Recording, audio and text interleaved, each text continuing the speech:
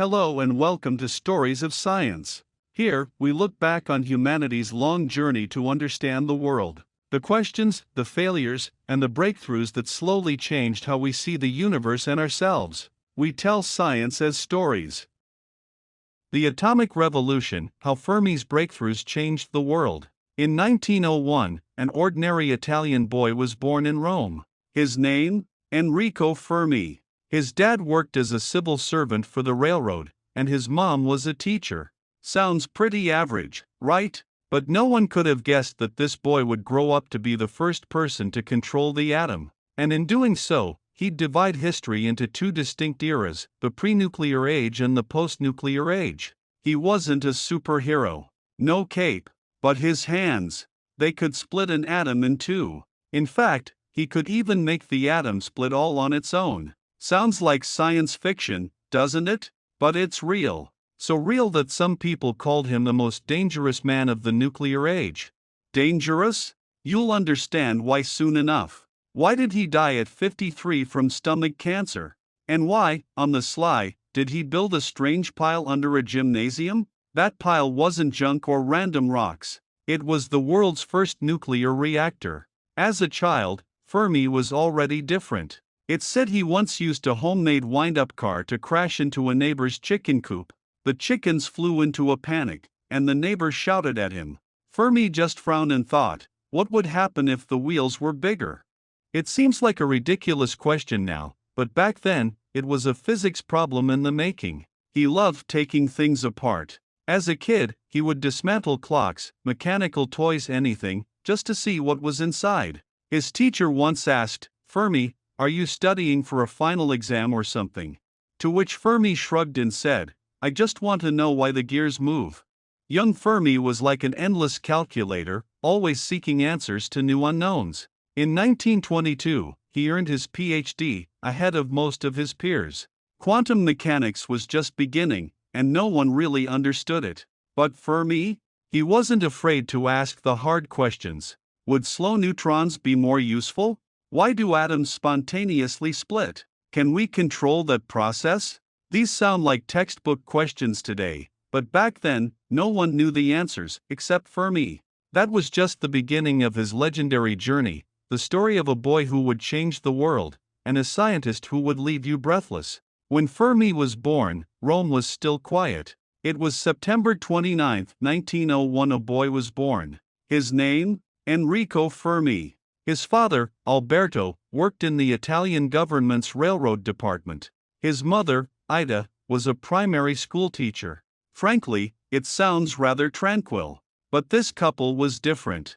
They had more patience than most. Their son was destined to make humanity the first to control the atom and, by accident, change the course of history. Rome was filled with sunshine, market stalls, and the bells of cathedrals. And, like any other child, Fermi had his share of broken toys in his hands. He was the kind of kid who couldn't resist taking apart his toys. Not to break them, but because he was curious. He and his brother, Giulio, would take apart electric motors and mechanical toys, rebuilding them over and over. Imagine two young boys squatting on the ground, prying open clock screws, pulling out the wind-up spring, and staring at the gears. How do these gears turn? Why doesn't the spring stop turning? These childlike questions would evolve into scientific challenges that would change the world. Fermi once said his first love was forces in motion because, well, when a toy fell, he asked the important question, why does stuff fall? Not gravity, at least not yet. He thought, maybe it was because his mother's foot was on his toe. A bit of an unusual way to start thinking about force. Fermi wasn't an only child. He had an older sister, Maria, and an older brother, Giulio. His parents sent him and Giulio to the countryside to be raised by a wet nurse until Fermi was 2.5. That's probably when he first learned to think independently. But life wasn't all smooth sailing. In 1915, when Fermi was only 14, his brother Giulio tragically died during a throat surgery due to anesthesia complications. Imagine the boy who'd taken apart toys with his brother, suddenly losing that companion. It was Fermi's first major blow in life, and it left a deep mark on his character. His calmness in the face of science was probably honed during that loss. Life in Rome wasn't easy back then. No Google, no smartphones. But there were markets, stories from the elders, and kids chasing each other in the stairwells. One day, Fermi found a heavy book in the Campo de' Fiori market. It was called Elementorum Physici Mathematici, over 900 pages, written in Latin. And Fermi? He didn't just look at the cover.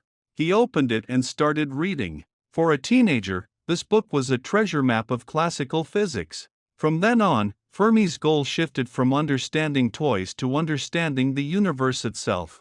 He'd experienced real pain and real curiosity, and it shaped the scientist he'd become. At just 17, Fermi entered the prestigious Scuola Normale Superiore in Pisa.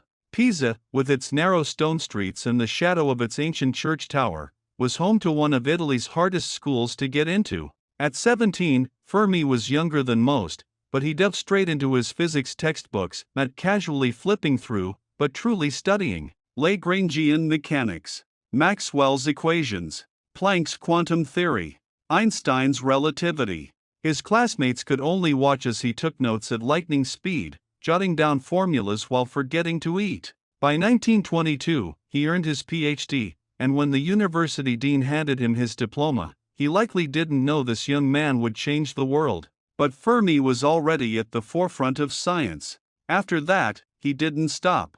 He went to Göttingen University in Germany, the heart of quantum mechanics. Max Born and Wolfgang Pauli were there. Names that would go down in physics history. Imagine the scene: 1920s Europe. Smoke-filled cafes. Born and Einstein arguing over the nature of reality. Heisenberg sipping his coffee. Fermi, quietly in a corner, scribbling down equations. He wasn't intimidated by the greats. Instead, he sat there and spoke physics in his own language. So, back in 1927, he returned to Rome, a full professor. He was young, confident, and full of questions. He began teaching, but that wasn't enough for him. He wanted to experiment. He wanted to ask the questions no one else dared to ask.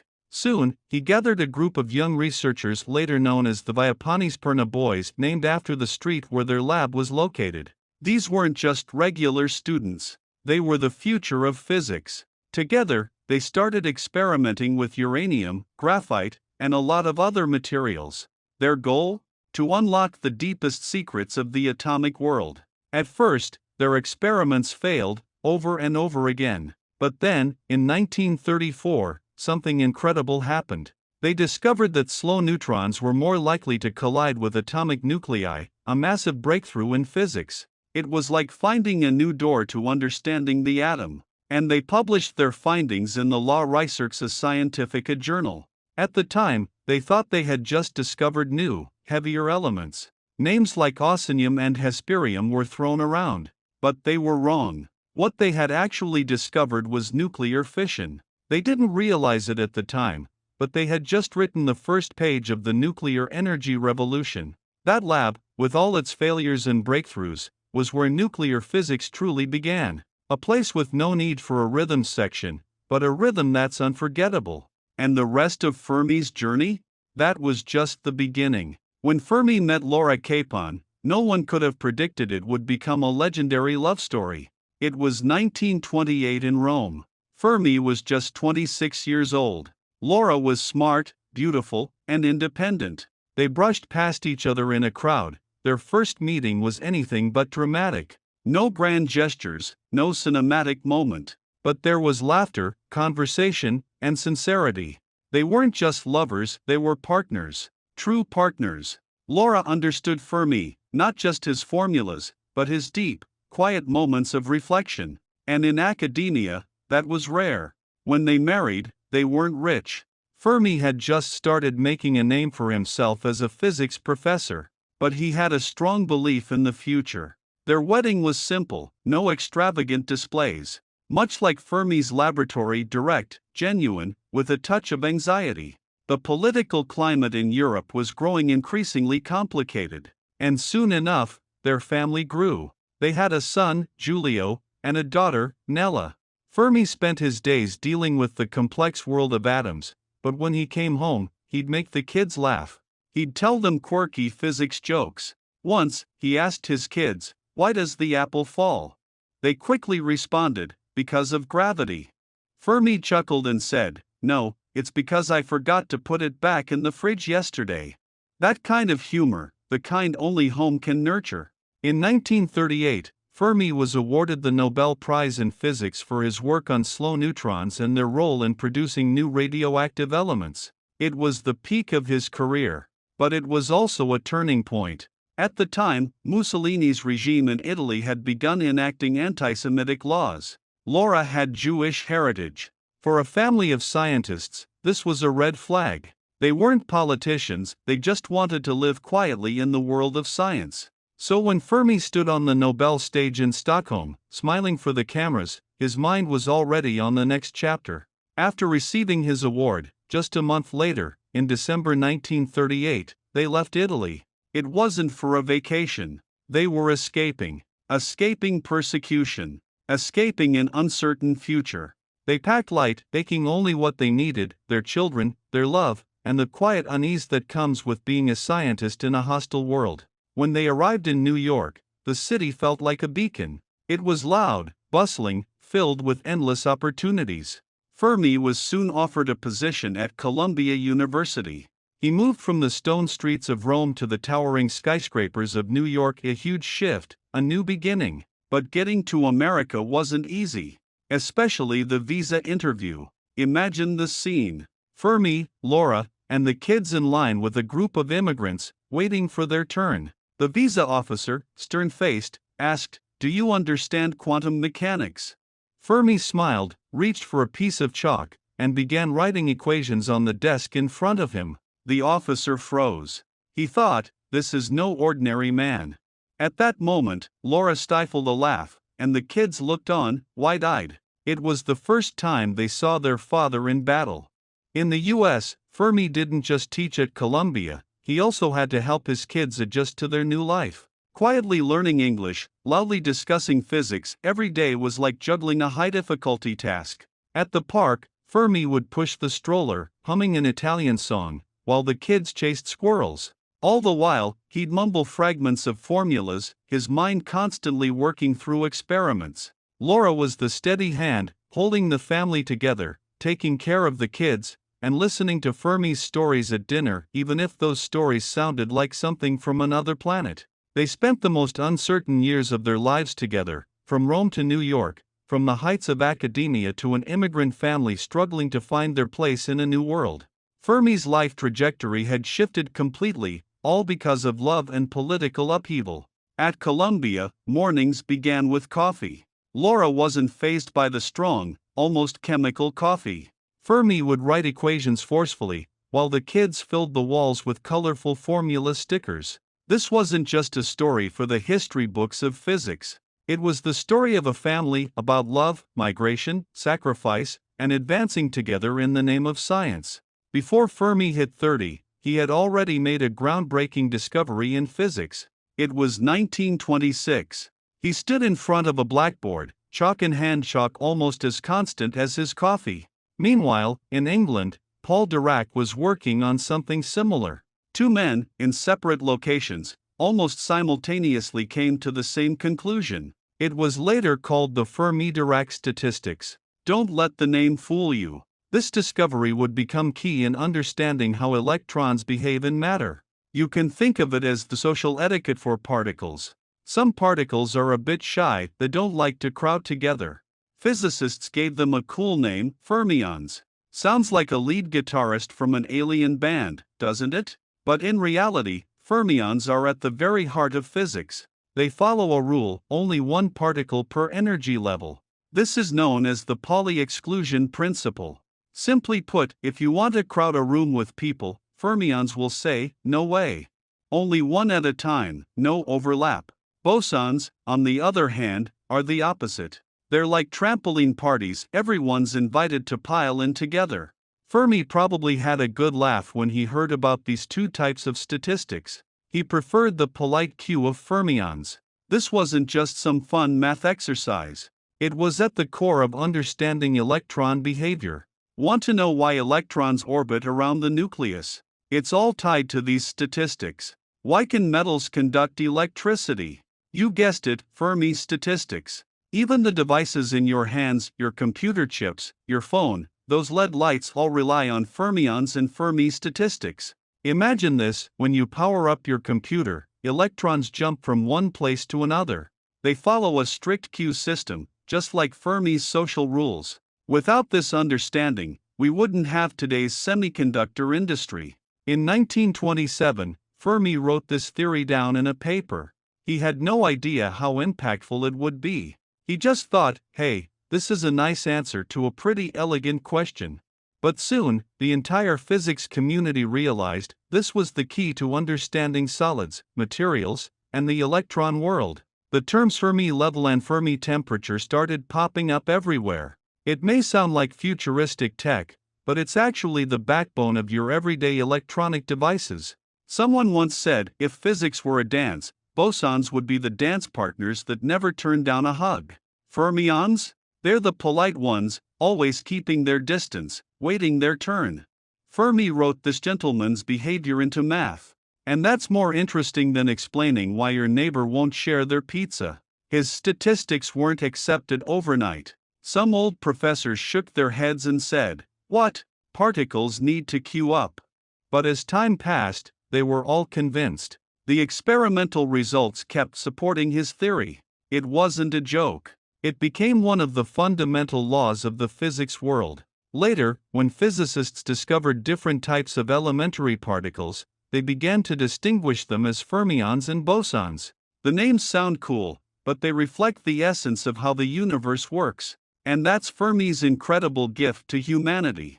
Every time you use any electric device, whether it's your phone or computer chips, there are countless fermions lining up, following the rules Fermi set. They don't crowd. They don't jump. They simply line up, quietly, politely, following the rules. This is Fermi statistics. It sounds abstract, but it makes every time you press the power button possible. Imagine a group of scientists, but not in a fancy lab. Nope, they're in the basement of an old gymnasium. The floor is concrete, the walls hum with the sound of fans and lights. They're building something, but not with ordinary blocks. These are massive blocks of uranium and graphite. It's not your usual construction project. It all starts with slow neutrons. Back in Rome, scientists discovered that neutrons, when slowed down, were much better at colliding with atomic nuclei. It's kind of like slowing down a pass in football. Suddenly, it's easier to catch. This phenomenon is called the neutron moderation effect. Slow neutrons play a key role in nuclear reactions. The scientists had a bold idea. What if enough neutrons could collide with uranium nuclei? Would it trigger a chain reaction, one collision leading to another, and then another, spiraling out of control? It was a dream, a theory. But making it happen? That was much harder than anyone imagined.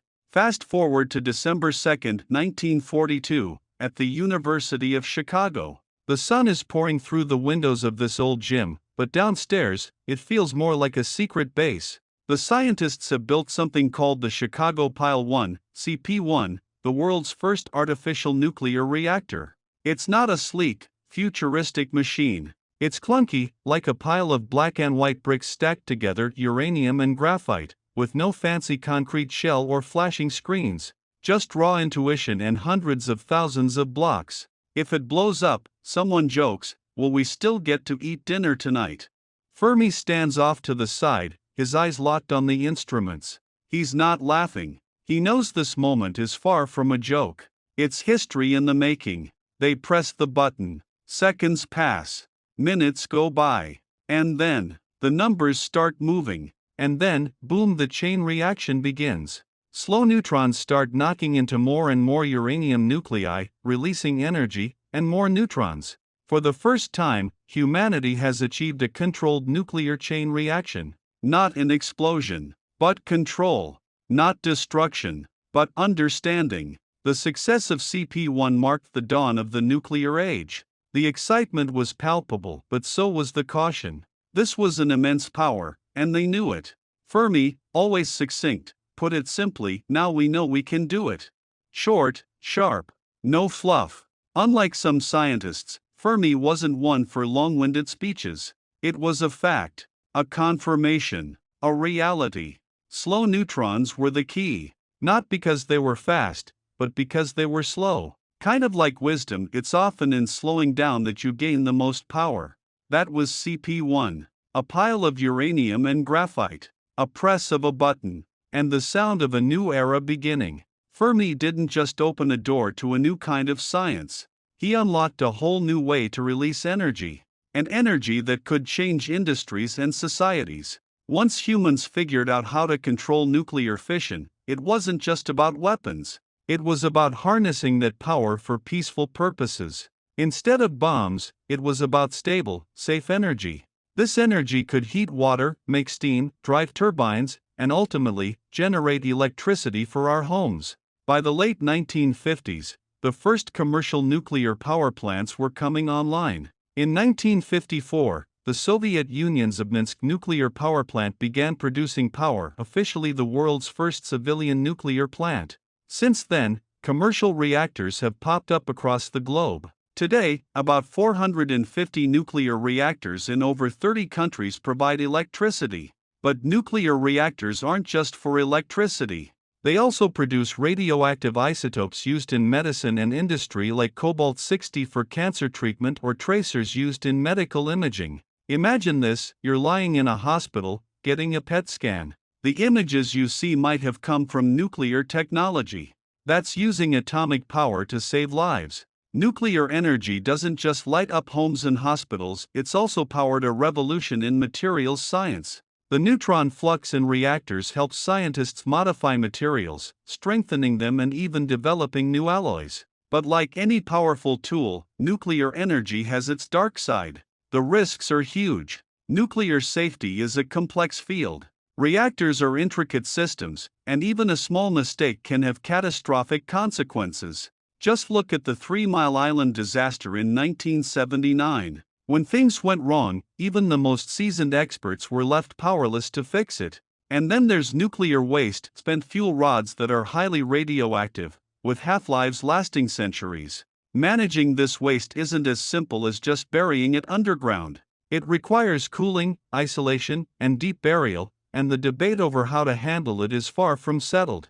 And of course, nuclear energy isn't just about power plants, it's also about weapons. Nuclear weapons and nuclear energy share a common root, nuclear fission. But their goals are drastically different. One creates power, and the other causes destruction. The relationship between the two has been fraught with complexity and contradiction. During World War II, the Manhattan Project turned the idea of nuclear weapons into reality. In 1945, the US dropped atomic bombs on Hiroshima and Nagasaki, instantly killing hundreds of thousands of people.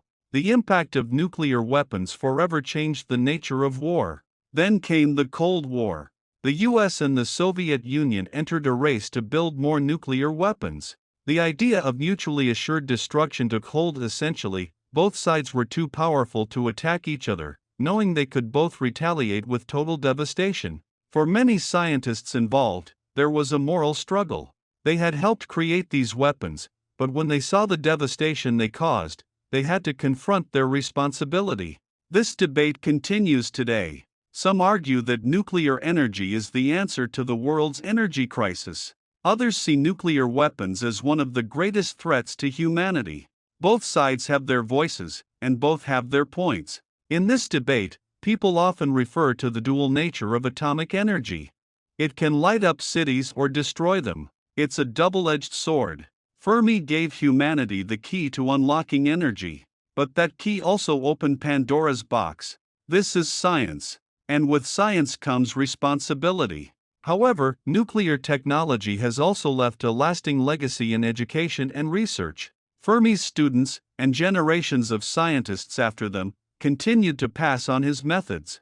The scientific community calls this approach the Fermi problem. The Fermi method isn't about getting an exact answer. It's about estimation, about thinking through problems, and about getting close to the truth. For example, if you were to ask, how many guitarists are there on Earth, you could break that down using estimation. That's the Fermi method in action. This method has become a key tool in science education. It's not just about equations and formulas. It's about asking the right questions, estimating, and pushing the boundaries of what we know. Fermi's legacy lives on in every student who learns to question the world, in every researcher who dares to ask the impossible. His life wasn't just about solving equations, it was about inspiring us to keep questioning, to keep exploring. From the streets of Rome to the lecture halls at Columbia University, Fermi's journey is one of curiosity, discovery, and a relentless pursuit of knowledge. It's a journey that continues, because with Fermi, exploration never stops. That's Enrico Fermi. He showed us that the search for truth is never ending, and that science is as much about the questions we ask as the answers we find. The people who change the world usually just think one step deeper. If this story made you see things differently, hit like, subscribe, and save it. See you in the next story.